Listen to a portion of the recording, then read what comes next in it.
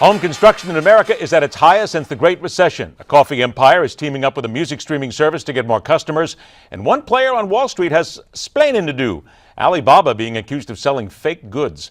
Markets now closed, but the money master's open for business. Let's welcome the editor for the Financial Intelligence Report to MidPoint, Jeff Yastine. Always a pleasure to see you, my friend.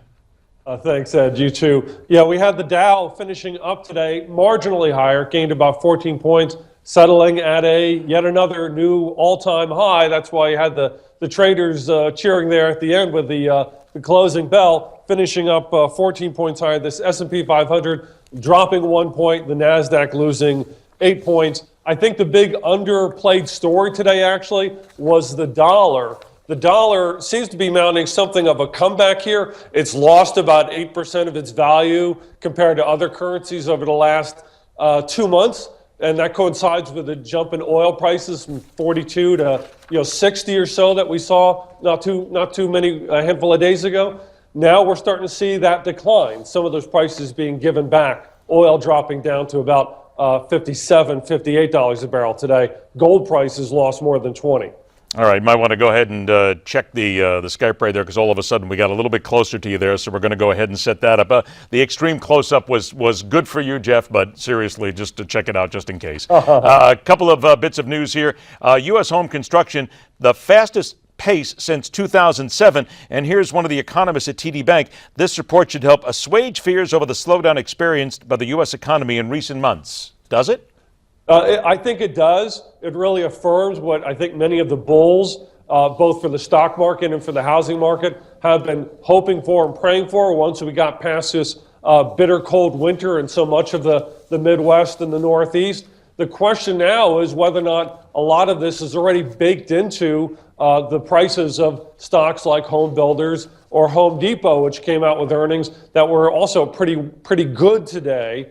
And that's the part that just remains to be seen. Has it already been baked into the price? All right, let's go ahead and move on to a couple of other things here. Starbucks teaming with Spotify to let customers influence in-store playlists. Now, this is interesting because Starbucks no longer sells CDs, as they did for a while, but here they're going to tie themselves together with Spotify, another one of these music services that's really picking up speed.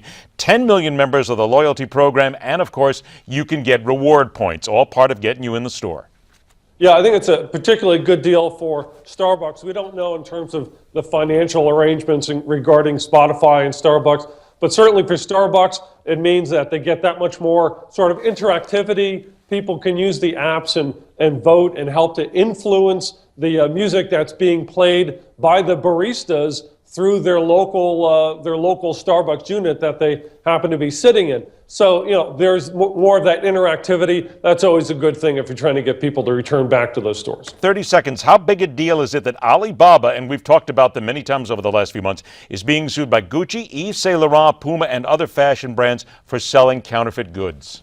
It's not the first time, and we've seen this before, it's not the first time where these groups have launched actions against either Alibaba or groups like it. The problem is it's such a huge, vast industry, it's just tough. Once you put your finger in the dike one spot, the water leaks out from another. So basically, they're fighting this. I mean, this is when they couldn't take care of things outside the courts. Alibaba claims to already be taking steps to try and cure it, but this will likely happen again, right? I really feel like unless they tried to pursue this through like the World Trade Organization or something like that, with really serious efforts against the Chinese government, Chinese trade opportunities, I don't think it's going to have any traction. All right. Remind everybody, once again, go to Newsmax.com, click on the Finance tab right at the top. That's where you'll find Jeff Yastine, the entire team are there 24/7, 365. Let you know exactly what is happening in the world of finance. Jeff, thanks so much, my friend. We'll see you again tomorrow. Thanks, Ed. All right, stay tuned. The Arena is next on MidPoint.